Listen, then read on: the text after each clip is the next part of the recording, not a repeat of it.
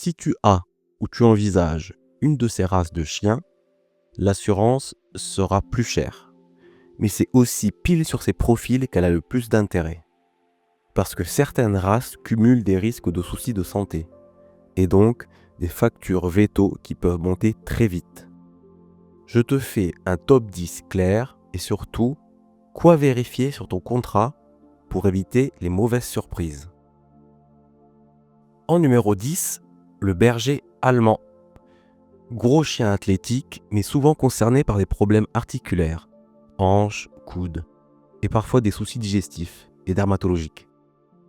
Côté assurance, il faut vérifier la prise en charge de l'orthopédie et la rééducation physio si c'est en option. En numéro 9, le teckel.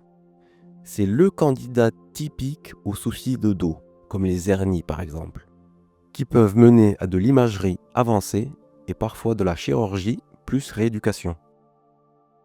Côté assurance, il faut surtout regarder la neurologie, les scanners IRM, chirurgie, hospitalisation et la physio. En numéro 8, le Doberman. Une race magnifique mais connue pour le risque cardiovasculaire, avec des suivis qui peuvent devenir réguliers, examens, traitements, etc. Côté assurance, il faut regarder la couverture des maladies chroniques, des examens, échographie, analyses diverses et les plafonds annuels. En numéro 7, le dog allemand. C'est un chien très grand avec des risques d'urgence digestive, comme des torsions de l'estomac par exemple, plus des problèmes articulaires. Côté assurance, il faut viser un plafond annuel assez haut, puisqu'il faut couvrir à la fois l'urgence, l'hospitalisation, la chirurgie, etc. En numéro 6, le bouvier bernois, qui est souvent cité parmi les races à forte sensibilité à des maladies lourdes, notamment les cancers, plus des soucis ostéo-articulaires. Côté assurance, il est nécessaire de vérifier la prise en charge des examens lourds, des chirurgies et vérifier également si la formule couvre bien les maladies longues et coûteuses. En milieu de classement, en numéro 5, le boxeur. Le boxeur est clairement une race suivie côté santé, avec des risques notables dont des affections cardiaques et des tumeurs selon les lignées. Côté assurance, la couverture adéquate comprendrait la chirurgie, l'hospitalisation, les examens et éviter les plafonds annuels trop bas. En numéro 4, le cavalier King Charles. Le cavalier, c'est le cas d'école des soucis cardiaques. On sait depuis longtemps qu'il est surreprésenté sur la maladie valvulaire et ça peut entraîner un suivi sur des années. Côté assurance, il faut vérifier la prise en charge des maladies chroniques et des traitements au long cours. En troisième position, le carlin ou pug.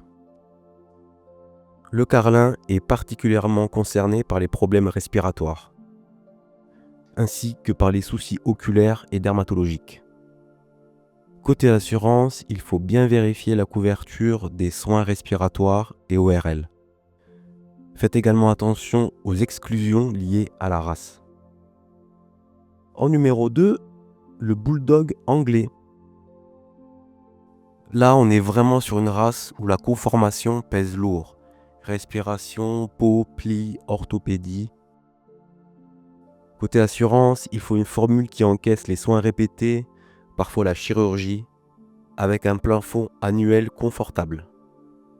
Et le vainqueur de ce classement, c'est le bulldog français.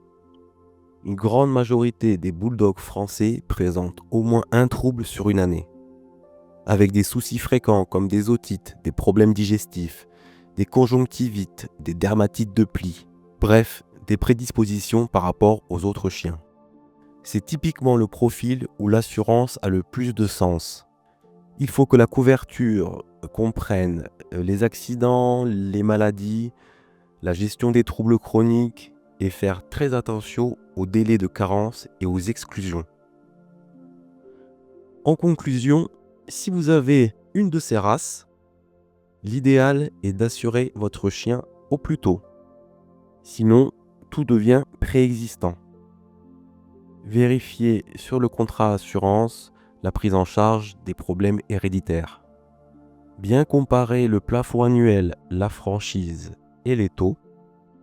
Regardez les délais de carence concernant les accidents et les maladies.